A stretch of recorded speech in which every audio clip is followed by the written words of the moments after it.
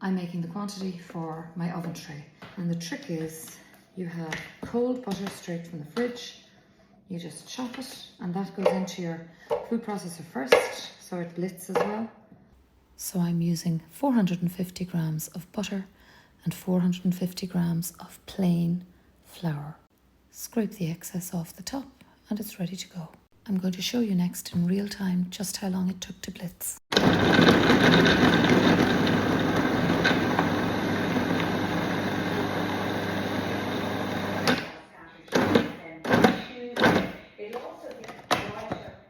You can see it's almost finely blitzed, but there are tiny little bits of butter in it still. That's what I want. When you're putting water in your pastry, this pastry, make sure the water is really cold. So I've had my water sitting with ice in it. I'm not using the ice, I'm just going to get rid of that. I'm going to measure it here on my scales, 200 mils. And I'm careful about nothing when I cook, but this I'm careful about. Turn on my machine, pour the water in as it's moving, and as soon as this starts to become pastry, I turn it off, and that's my pastry done. So here we go.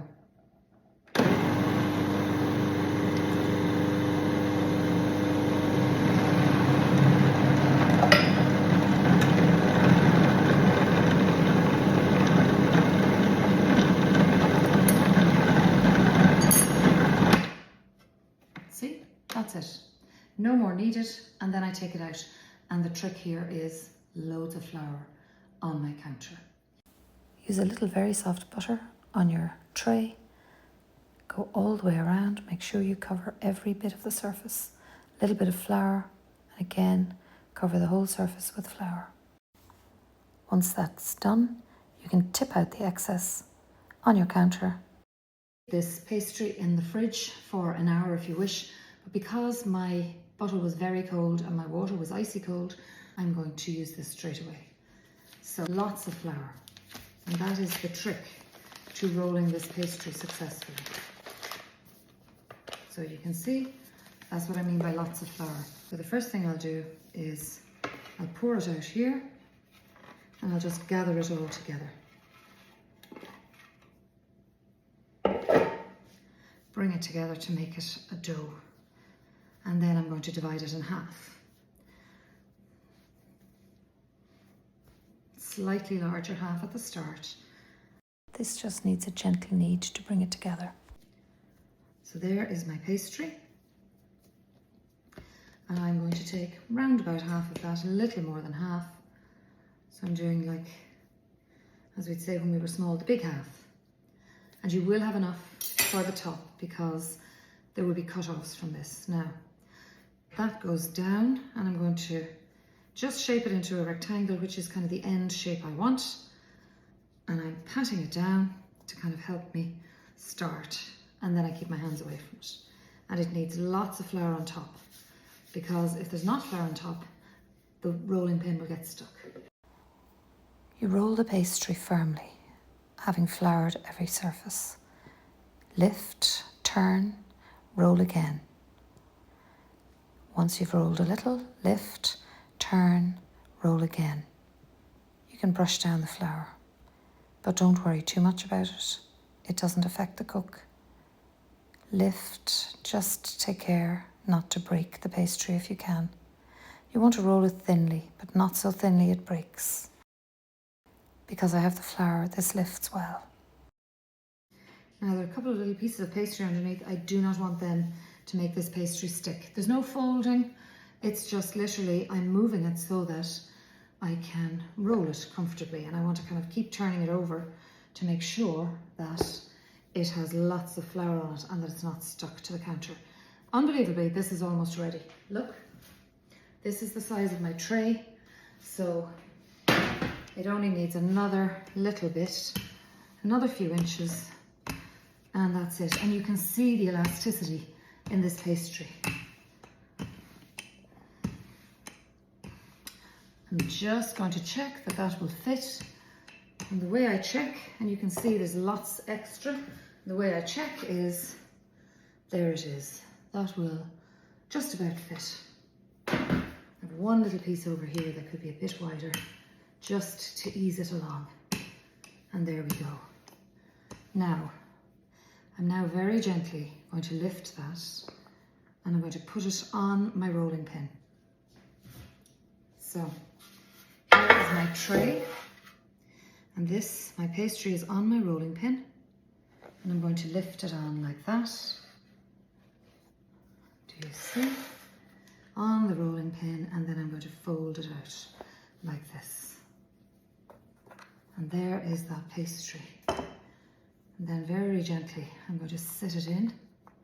This is exercise, you can hear me, I'm slightly out of breath from it because it is quite a physical act here. Just sit it down, that's it. This is much easier to do 2 halves, but if you want to have the oven one, that's how I do it. And once that's there, and I just make sure there are no gaps, and you also make sure that the pastry is sitting into your corners. Do you see that? And then we have our favorite part, the back of your knife. That bit there is quite thick. So I'm just going to pat that down because I want it to be a bit thinner. And then back of the knife, you go around the edges. Do you see? And all that pastry will join the rest of my pastry to make the top.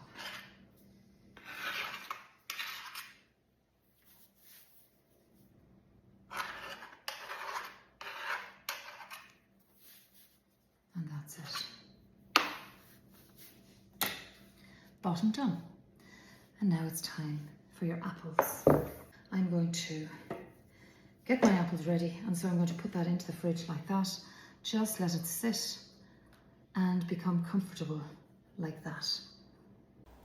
I cored the apples, peeled them and left them in water with a little citric acid in. I used just under 200 grams of sugar on the base of this tart. You can use a little less if you like, or if you have sweet apples.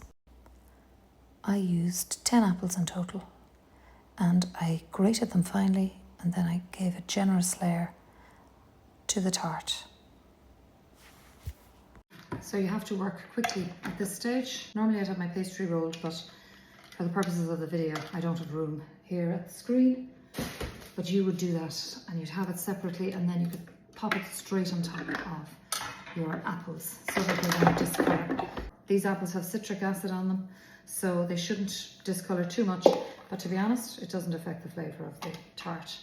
So now I'm going to dry my counter, spread my flour very quickly, but before that I'm going to add my second layer of sugar.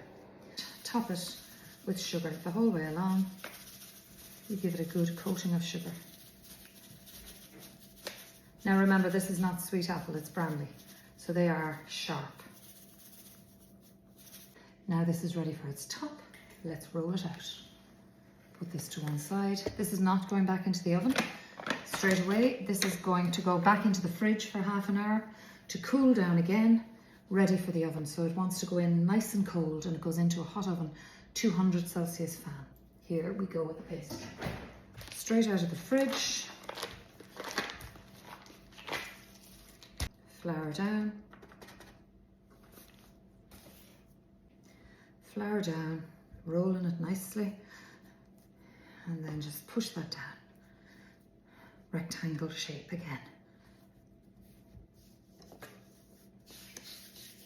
Flour on my rolling pin, and then let's roll a rectangle. This one will be smaller than the base one because it's only going to top, and then the edges are going to fold in on top of the pastry. So when it's cold, you have to push down a little harder on the pastry. Don't worry about all that flour because that will disappear when I'm lifting it, and as I roll it disappears, and as I turn it. So keep it in the shape you want it, turn it. The reason you turn is you want to make sure it's not sticking underneath. So this will now roll, and I'll have a little bit left. If you have a little bit left, you can make a little mini tart or a jam tart if you don't have any extra apple left. And I'm just going to lift to see that will cover. So I'm going to lift that off. Just going to loosen a bit of the flour off it there. This piece here is a little bit thick for me. Thinner crust is nicer, so I'll have excess pastry and that's okay. Now I'm just going to shave that off, and I'm doing it with the back of the knife actually. There we go. And now this will work. Let's take that thick pastry off there as well. And I will roll it a little bit wider because I need that there.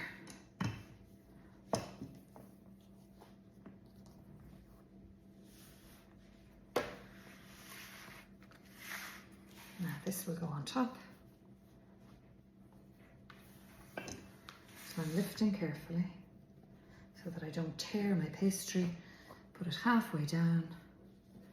Do you see? That sits nicely. And the excess here, I'm going to trim off. Back of the knife again. The excess here, I'm trimming off, back of the knife.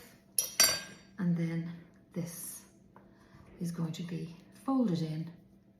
Can you see that? You fold this pastry over the top layer. You just make sure that you seal it fully. There will be little bits of the pastry are a bit thicker than others. Ooh, they're tasty, but the thin pastry, yummy. Which do you prefer, Patty? The thinner pastry on Mam's Tart or the thicker? Hard to say. Probably thinner. Thinner, yeah. I like the thinner too. But that's it. That's what the tart looks like. Just before I finish, I'm doing that. And I'm going to get a little water and just make sure with a brush to seal down where I folded the pastry over. Watch. So I'm just using the water, and it's almost like painting. I'm not doing anything with it, I'm just using the water. And the water itself will just make a little glue there without me touching it. Because if you don't seal that, the juice tends to seep out.